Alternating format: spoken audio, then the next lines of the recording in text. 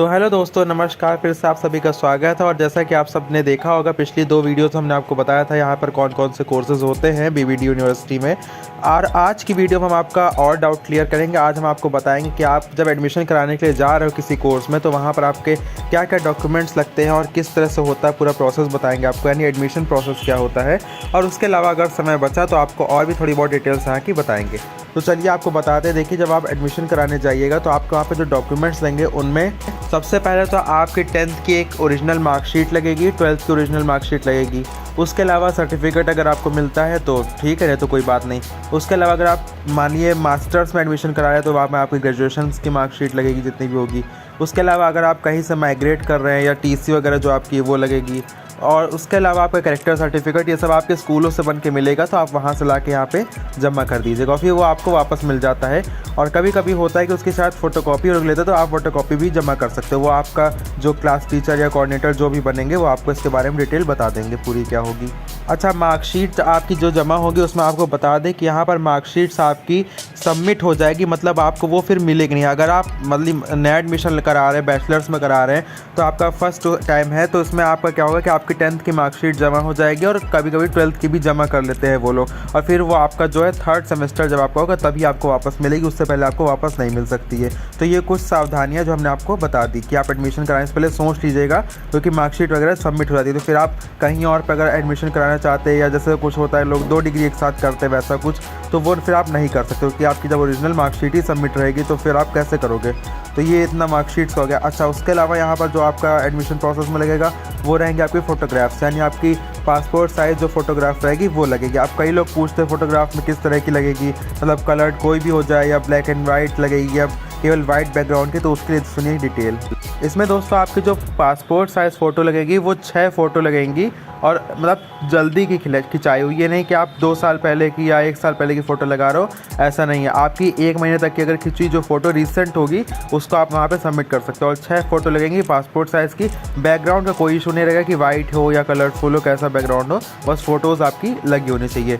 उसके अलावा आपका अगर एनओसी है, पार्ट टाइम कोर्स कर रहे हो उस पर, तो वहाँ पर आपका एनओसी लगेगा, अगर कुछ ऐसा है तो। उसके अलावा एड्रेस प्रूफ में आपका आधार कार्ड लग सकता है। उसके अलावा एड्रेस प्रूफ में आपका यहाँ पर driving licence, voter I D card, ये सब चीज़ें लग सकती हैं। इलेक्ट्रिसिटी बिल की भी कॉपी यहाँ पर आपके एड्रेस प्रूफ में लगाई जा सकती है।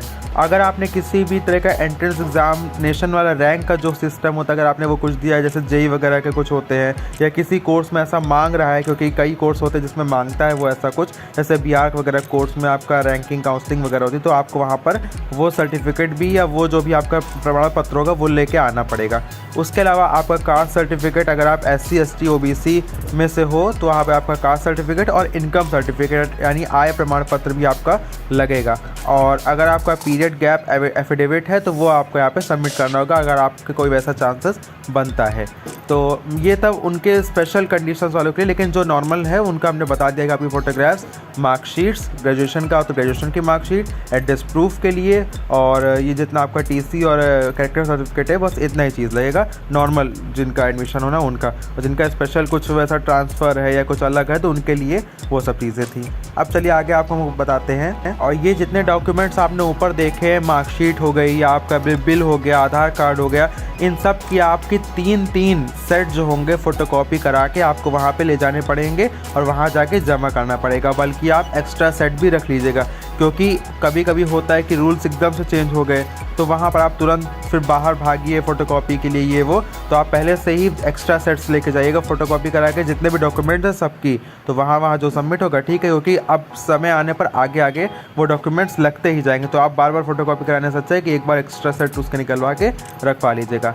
अब आती है पेमेंट। कई लोग पूछते हैं, कई कमेंट्स आते हैं कि फ़ीस कितनी पेमेंट करें, पूरी करनी पड़ेगी या कुछ ही कर सकते हो। देखिए, उसकी ये जानकारी है कि जब आप पूरा फॉर्म फिल करके सबमिट करेंगे तो वहाँ पे आपसे तुरंत कहा जाएगा कि पेमेंट करिए, तभी आपका एडमिशन वो आगे बढ़ाएंगे। तो उसके लिए आपको क्या करना है, तो पेमेंट के लिए दोस्तों यहाँ पर आपको, जैसे अगर आपका कोर्स 40,000 पर सेमेस्टर का है तो वहाँ पर अगर आप 10,000 भी जमा कर दोगे तो भी ठीक है। मतलब कोई फ़ीस का बाउंडेशन है कि आपको पूरी सबमिट करनी है। हाँ, ये है कि मिनिमम आपका 5,000 रुपीज़ होता है। 5,000 रुपीज़ से आप स्टार्टिंग कर सकते हो।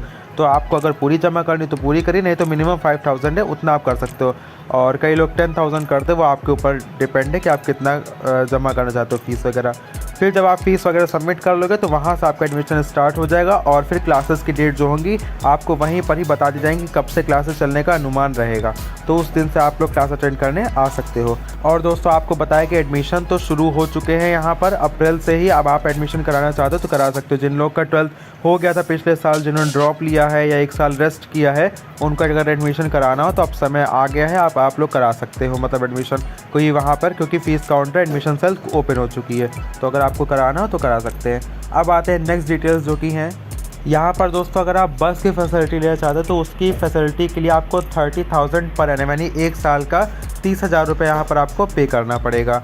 और अगर आप ऑनलाइन रजिस्ट्रेशन करा रहे हो तो वहाँ पर आपका 500 रुपये जो होगा वो एडजस्ट हो जाएगा अगर ऑनलाइन है। अगर आप एडमिशन का समय करा लेते हो तो वहाँ पर आपका 30,000 पर एनम आपको सबमिट करना होगा। उसके अलावा अगर आप हॉस्टल लेना चाहते हो यहाँ पर, तो हॉस्टल के लिए आपको बता दें कि यहाँ पर 3 कैटेगरीज़ में हॉस्टल है, सिंगल सीटर, डबल सीटर और ट्रिपल सीटर। और सबके रेट चार्जेस जो है आप लोग देख सकते हैं स्क्रीन पे लिखे हैं, नॉन एसी और एसी का। और आपको बता दें कि 1 time refundable security for hostel facility, ये आपकी जो फ़ी रहेगी ये 5,000 रुपये रहेगी, जो कि आपकी 1 टाइम रिफंडेबल, ये आपको एक बार रिफ़ंड हो जाएगी। उसके अलावा बता दें आपका हॉस्टल पेमेंट का जो मोड रहेगा आप किस तरह से देख सकते हो। पहला आपका वहाँ पेमेंट जो एडमिशन सेल है या जो फ़ी डिपार्टमेंट है वहाँ जाके कर सकते हो। उसके अलावा अगर आप वहाँ से नहीं कर रहे हो तो आप ऑनलाइन बीबीडी की वेबसाइट पर जाकर भी यहाँ पे पेमेंट कर सकते हो।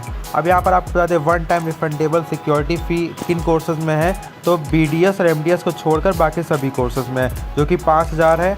Online registration form 500, application form 2,000। उसके अलावा स्टूडेंट्स वेलफेयर फंड्स चार्जेस जो है वो 500 है और मेंबरशिप एल्यूमिनी एसोसिएशन का 1000। ये आपके यहाँ के चार्जेस हैं। अब आते हैं और अब दोस्तों आपको बता दें कि जो लोग स्कॉलरशिप के बारे में हमसे पूछ रहे थे तो उनका क्या है। तो देखिए, अगर आप किसी भी इंजीनियरिंग कोर्स में फर्स्ट ईयर में हो और आप रैंक के थ्रू आए हो, एंट्रेंस दिए हो अपना, तो उसके लिए क्या है कि अगर 2500 जनरल रैंक है तो वहाँ पर आपके 100% स्कॉलरशिप आपको दी जाएगी। 5,000 है तो आपकी 50% है, 10,000 है तो 25% है। और अगर आपका AIEEE अप टू 10,000 है किसी भी उसमें जनरल रैंक में ऑल एंट्रेंस में, तो वहाँ पे आपकी 100% होगी। 15,000 है तो 50% होगी। 20,000 है तो 25% होगी। 5,000 अगर आपका AKTU में है जनरल रैंक तो आपकी 100% होगी।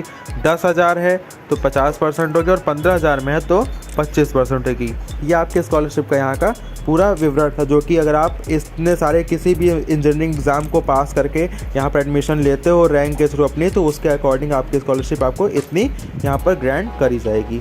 अब नेक्स्ट वीडियो में हम आपको दोस्तों और भी जानकारियाँ जो होंगी स्कॉलरशिप और जो होती है BBD की स्कॉलरशिप, उसके बारे में और बताएंगे कि अगर आप इतने एग्ज़ाम्स में से किसी एग्ज़ाम के रैंक में नहीं हो और फिर भी आपको स्कॉलरशिप चाहिए तो वो कैसे मिलेगी। तो उसके लिए आप अपने नेक्स्ट वीडियो देखिएगा, उसमें आपको सारी जानकारियाँ मिल जाएंगी।